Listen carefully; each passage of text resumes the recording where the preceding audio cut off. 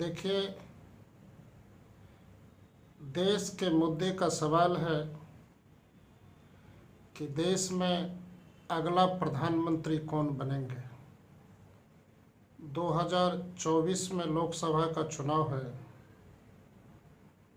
इस देश का अगला प्रधानमंत्री की दौर में पहले नंबर पर वर्तमान में जो प्रधानमंत्री हैं आदरणीय नरेंद्र मोदी, दूसरे नंबर पर राहुल गांधी, तीसरे नंबर पर नीतीश कुमार और चौथे नंबर पर केजरीवाल। अब पाँचवें नंबर पर नाम आ रहा है ममता बनर्जी का, और ठीक उसके पीछे मायावती भी उस दौर में दौड़ती हुई दिखाई पड़ रही है। भारत एक विशाल देश है और देश को मालूम है कि यह भारत माता की जय करने वाले लोग देश की मजबूती में कोई कसर नहीं छोड़े हैं, और यह एहसास करने की बात नहीं है बल्कि ये असली बात है कि खून पसीना की मेहनत करने वालों के चलते हमारा भारत महान है। भारत एक विशाल देश होने के नाते कृषि प्रधान भी देश है। भारत में किसानों की जो वर्तमान हालत है वह बहुतों प्रकार से दयनीय है। कारण कि किसी किसी स्टेट में अथवा राज्य में किसानों को समुचित अर्थात ये कहें कि उचित दर पर समय पर खाद मिल जाता है, जैसे यूरिया, डीएपी फसल में देने के लिए, कुछ कीटनाशक पदार्थ भी मिल जाता है। लेकिन कुछ कुछ ऐसे भी राज्य हैं जहाँ के चौक चौराहे पर शोर है कि यूरिया खाद और डीएपी खाद के कालाबाजारी बहुतों प्रकार से बेजोड़ है और उचित दाम पर नहीं मिल पाता है। ये सच में गौर तलब करने की बात है कि देश के सीमा पर जब सुरक्षा की बारी आती है तो पता चलता है कि वहाँ सैनिक लोग देश की सुरक्षा में कोई कसर नहीं छोड़ते हैं। देश के सीमा की सुरक्षा सैनिक लोगों के हवाले है, बीएसएफ के हवाले है, और पता लगाया जाए तो पता चलेगा, ये स्पष्ट मालूम चलेगा कि वह सैनिक आया कहाँ से। तो ठीक ढंग से परिचय करके उसके अस्थाई पता की निजात की जाए तो ये स्पष्ट पता चल जाएगा कि वह कोई न कोई किसान का बेटा है, गरीब का बेटा है, मजदूर का बेटा है, असहाय का बेटा है और शोषण के शिकार रहने वाले गार्जियन का बेटा है। चूँकि मजबूरी की मुसीबत ने उसको सैनिक बनाने पर मजबूर कर दिया है, और देश के सुरक्षा के सवाल पर यदि कोई जान की बाजी लगाता है तो वह सैनिक लोग लगाता है, और जान की बाजी वहाँ कोई मिनिस्टर का बेटा नहीं जाएगा सेना में। कारण कि वहाँ खेल और मौत का सवाल है, कभी भी किसी भी समय गोलीबारी चल जाती है और सैनिक लोग पीछे हटने वाले नहीं होते। तो अक्सर देखा जाता है कि गरीबों का बेटा ही सैनिक में जाता है और देश के सीमा की सुरक्षा करता है। और आजकल सैनिकों की ये जो हालत है, आप लोग पिछले समय देख लिए थे कि बड़े पैमाने पर सैनिकों की बहाली हुई, बहाली में लोग कम्पीट किया, मेडिकल हुआ, माने सभी तरह की सफलता मिल गई। अब ज्वाइनिंग लेटर बना हुआ था, लेकिन ज्वाइनिंग लेटर सब बेकार हो गया जब आदरणीय प्रधानमंत्री नरेंद्र मोदी अग्निवीर की घोषणा कर दिए। अब बताइए, आप लोगों के समक्ष हम याद करा देना चाहते हैं कि देखिए, जब पाकिस्तान के सीमा की सुरक्षा हो या चाइनीज़ या हिंदुस्तान के बीच के सीमा की सुरक्षा हो, वहाँ जान की बाजी लगाकर और हर समय हर पल देश की सुरक्षा में हमारे सैनिक लोग संभल कर तैयार रहते हैं। और उसे जब से यह पता चला है कि हमारी नौकरी 4 वर्षों की मात्र होगी, जिसमें पहली शुरुआत वर्ष 1.5 वर्ष में ट्रेनिंग ही होगा और 2.5 साल वहाँ सीमा के सुरक्षा वाली नौकरी होगी, तो इसमें गौर से यह स्पष्ट मालूम पड़ता है कि जिसकी नौकरी 40 साल की थी, 30-35 वर्षों की थी, वो जान की बाजी लगा देते थे। लेकिन अब जो अग्निवीर योजना जब से आई है, तब से हमें नहीं लगता है कि दिल से और तन मन से जान की बाजी लगाने के लिए आजकल के युवक अग्निवीर, जो खास करके अग्निवीर वाले होंगे, वहाँ जान की बाजी लगाएंगे। यह संशय का विषय है। अग्निवीर योजना के तहत जिसकी भी बहाली सैनिक में होती है, तो 1.5 वर्ष तो उनको सिर्फ ट्रेनिंग दिया जाता है और ट्रेनिंग के पश्चात उसको बॉर्डर पर भेजा जाता है मात्र 2.5 साल के लिए। और 2.5 साल किसी न किसी तरह से वो तैनात तो रहेंगे, उनके बाद फिर घर वापस चले आना है। उनकी हमेशा इच्छा रहती है कि अब घर जाने में 2 साल 2.5 साल बच गया है। हर दिन गिनता है कि अब किसी न किसी प्रकार से अब 2 साल का मेहमान है, चले जाएंगे। तो इसमें जान की बाजी क्या लगाएंगे? मोदी जी जरा सोचिए, जब 35 वर्ष की नौकरी थी तो लोग दिल से, तन मन धन से, हर एक तरीके से जान की बाजी लगा देने को तैयार रहते थे। अब तो ऐसी बात नहीं है। 2004 के बाद पेंशन योजना भी ख़त्म हो गई है। अग्निवीर में जो रिटायरमेंट एन प्रकार 10-12 लाख मिलेगा, उससे बिजनेस कर लेगा, ये सच है। लेकिन यह क्या कारण है कि देश अब मुसीबत का सामना कर रहा है, समस्याओं से ग्रसित होते जा रहा है? देश में पहले बहुत सारी फैक्ट्रियां थी, धीरे धीरे बैठ रही है। हम उदाहरण स्वरूप हम देश के लोगों को याद करा देना चाहते हैं कि बिहार के बरौनी में भी खाद फैक्ट्री थी। बिहार के उसी खाद फैक्ट्री के बगल में तेल शोधक कारखाना था। क्या हो गया? इस बिहार में करीब 17-18 जगह चीनी मिल थी, जिसको शुगर फैक्ट्री कहा जाता था, गन्ने मिल कहा जाता था। क्या हो गया? धीरे धीरे सब गायब हो गया। यहाँ पेपर मिल थी बैजनाथपुर में, वह भी धीरे धीरे चालू अवस्था में, धीरे धीरे क्या हो गया? इतने प्रकार से समस्याओं से ग्रसित होते जा रहा है यह देश। लेकिन फिर भी देश के प्रधानमंत्री को अब हवाई अड्डा बेचने से मतलब, बड़े बड़े रेलवे स्टेशन बेचने पर ध्यान है।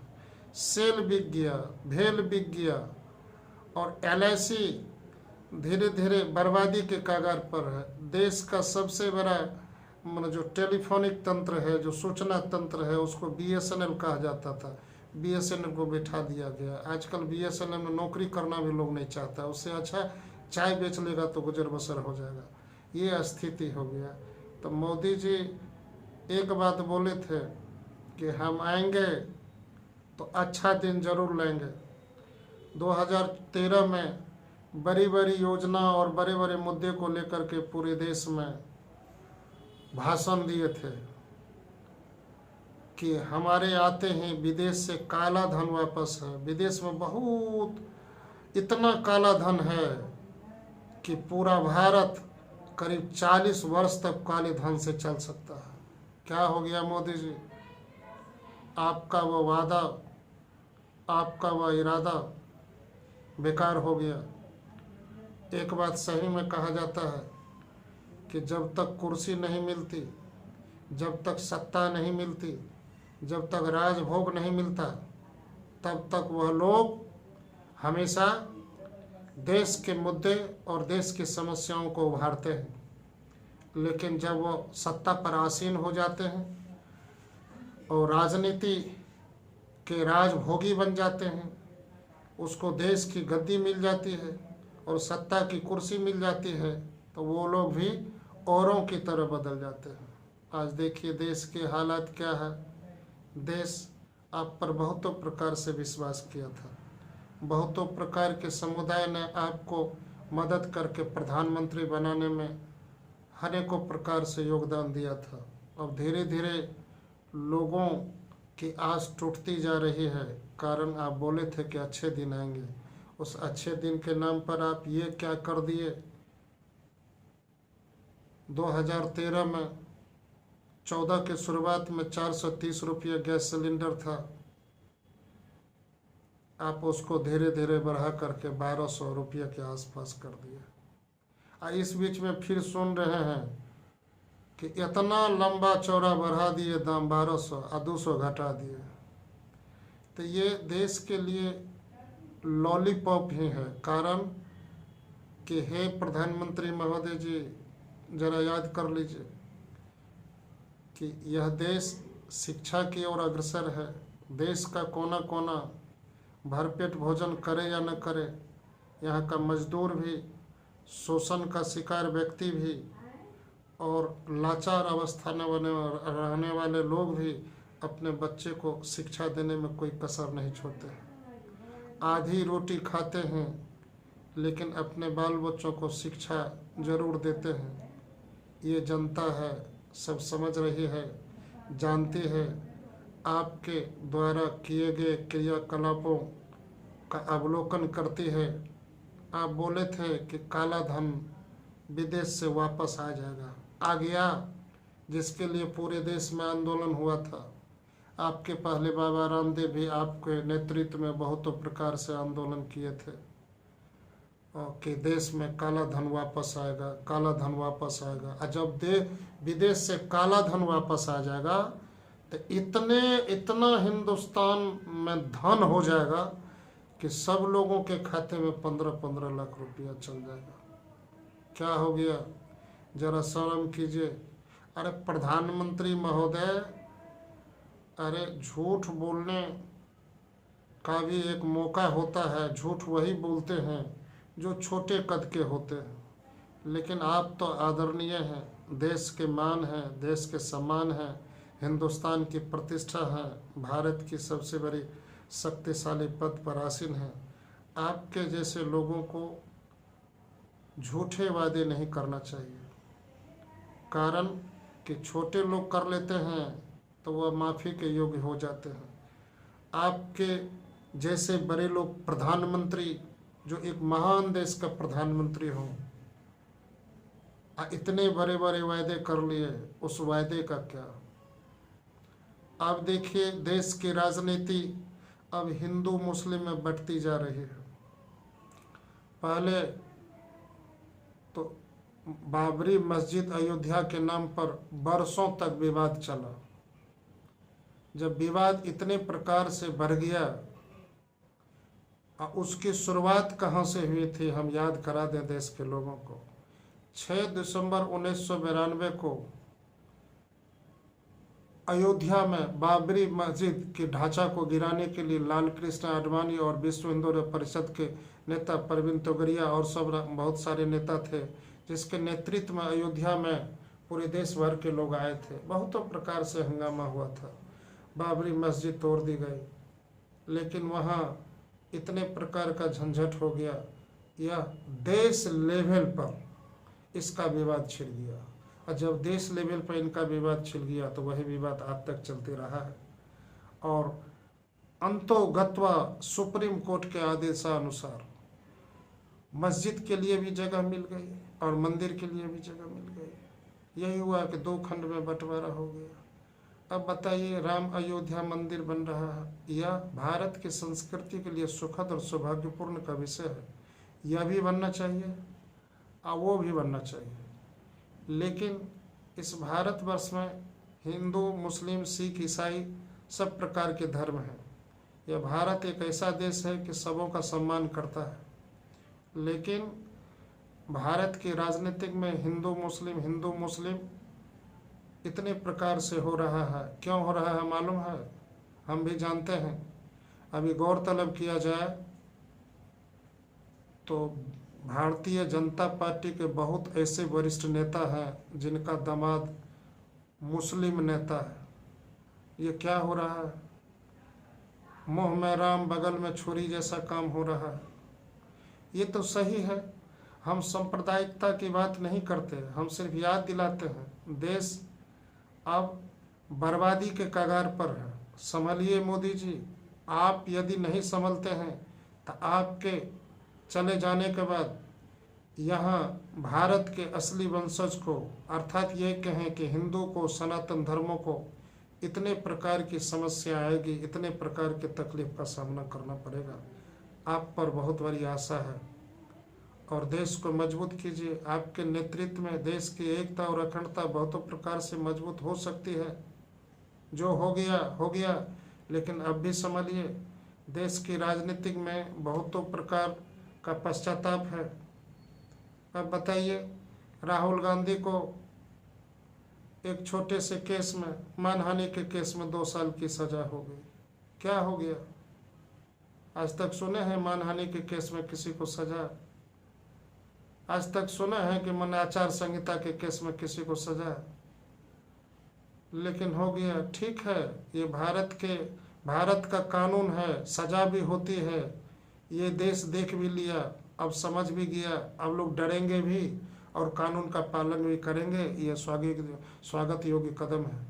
लेकिन जब तक विरोधी आपके किए हुए गलती का विरोध नहीं करेंगे तो देश सही दिशा में नहीं जाएगा। देश की संस्कृति और सभ्यता हमेशा देश के संविधान को मजबूत करने की दृष्टिकोण रखती है। याद कीजिए, 1977 हो, 74 हो या 72 की बात लीजिए, जब डॉक्टर लोहिया चुनाव हार गए थे, जेपी साहब, जयप्रकाश नारायण भी चुनाव हार गए थे, तो इंदिरा गांधी अपने दुश्मन को भी जिता के विरोध करने के लिए कांग्रेस के सांसद के समर्थन से उनको सदन में भेज दिए, ताकि बोलने वाला विरोधी चाहिए। एक वो दौर थी। अब एक दौर है कि अपने विरोधी को सामने में देखना नहीं चाहते। आज G20 का मीटिंग है मोदी जी। G20 के मीटिंग में पूरे देश के मुख्यमंत्रियों को बुलाया गया, बड़े बड़े सम्मानित लोगों को बुलाया गया। आखिर ये क्या हो गया कि राहुल गांधी को नहीं बुलाया गया? ये देश का संविधान कहता है कि भारत इतना बड़ा विशाल देश है कि भारत में यदि पूरे विश्व भर के बड़े बड़े नेता और धृतराष्ट्र आते हैं और राष्ट्र अध्यक्ष आते हैं, तो उस समय सत्ता पर आसीन देश के दिग्गज को देखना पसंद करते हैं और विपक्ष के नेता से मिलना भी पसंद करते हैं। आखिर अच्छा सिला दिए, सभी मुख्यमंत्रियों को बुला करके, यहाँ तक कि आप अपने गठबंधन में पहले रहने वाले नीतीश कुमार को बुला करके, ममता बनर्जी को बुला के, केजरीवाल को बुला करके, उसमें देखिए फूट डालो राज करने वाली बात। आप डॉक्टर मनमोहन सिंह को, हम ये मानते हैं कि पूर्व प्रधानमंत्री को आपने स्वागत किया था, लेकिन विरोधी दल के नेता होने के नाते अब राहुल गांधी को आमंत्रित करना चाहिए। अब देखिए क्या हो गया। अब कांग्रेस के जो राष्ट्रीय अध्यक्ष हैं खड़गे साहब, उनको भी निमंत्रण दिए। देश देख रहा है आप किस तरह से, प्रधानमंत्री आप सबके हैं मोदी जी। प्रधानमंत्री आप सिर्फ बीजेपी वालों के नहीं हैं, आप भारत के प्रधानमंत्री हैं, सभी संप्रदाय के प्रधानमंत्री हैं। हिंदू के भी हैं, मुस्लिम के भी हैं, सिख के भी हैं, ईसाई के भी हैं, चूँकि यह देश सबसे बड़ा देश है। अब देखिए लालू जी नीतीश की जोड़ी, एक समय में जंगल राज था, और जंगल राज के समय शाम ढलते ही माँ और बहनें अपनी इज्जत बचाने के लिए घर में छिप जाती थी। संशय का माहौल था, लोग शाम ढलते सब लोग आतंकित हो जाता था और घर लोग छिप करके अपने इज्जत की मान मर्यादा को बचाने में कोई कसर नहीं छोड़ते थे। उसी का विरोध करके आदरणीय नीतीश कुमार मात्र छोटे से प्रयास में अब बिहार का मुख्यमंत्री बन गए। या कितना बार बने, अभी 18 वर्षों से मुख्यमंत्री हैं, लेकिन माने 18 वर्षों से ये झूठे का भाषण दे रहे हैं बिहार के हर विभाग में भ्रष्टाचार है, घूसखोरी है, सरकारी अस्पताल की जर्जर व्यवस्था और गरीब लोगों का इलाज भगवान भरोसे हो रहा है। कोई देखने वाला नहीं है, गरीबों को बचाने वाला नहीं है। पहले के नेता गरीब की भलाई करते थे, गरीब का उपकार करते हैं। आजकल का नेता जो है ना, एक दूसरे का शोषण करते हैं। यह देश के लिए खतरा का विषय है। इसीलिए इस बार आने वाले चुनाव में देश के लोगों से आपके चैनल के माध्यम से यह अनुरोध है कि एक बात बता देते हैं, कांग्रेस जाएगी, भाजपा आएगी, भाजपा जाएगी, कांग्रेस आएगी, कांग्रेस जाएगी, भाजपा आएगी, फिर भाजपा आएगी या कांग्रेस जाएगी। क्या यही है परिवर्तन? परिवर्तन कुछ और कहता है। देश एक नए प्रकार का संविधान को मजबूत करने की ओर में है। देश में एक नए प्रकार का आगाज होना चाहिए। साहित्यकारों को, विद्वानों को, बुद्धिजीवियों को और खास कर युवाओं को आगे आकर के देश के हित में फैसला ले लेने की ज़रूरत है। इसीलिए आपके चैनल के माध्यम से हम कह देना चाहते हैं कि सनातन धर्म देश ही नहीं पूरी दुनिया के लिए सबसे लोकप्रिय धर्म है। जब तक सूरज चांद रहेगा, हे सनातन धर्म तेरा नाम रहेगा। और सनातन धर्म का अपमान कान खोल करके सुन लो कि सनातन धर्म का अपमान ये किसी भी कीमत पर बर्दाश्त नहीं करेगा। ये हिंदुस्तान, ये हिंदुस्तान, ये हिंदुस्तान।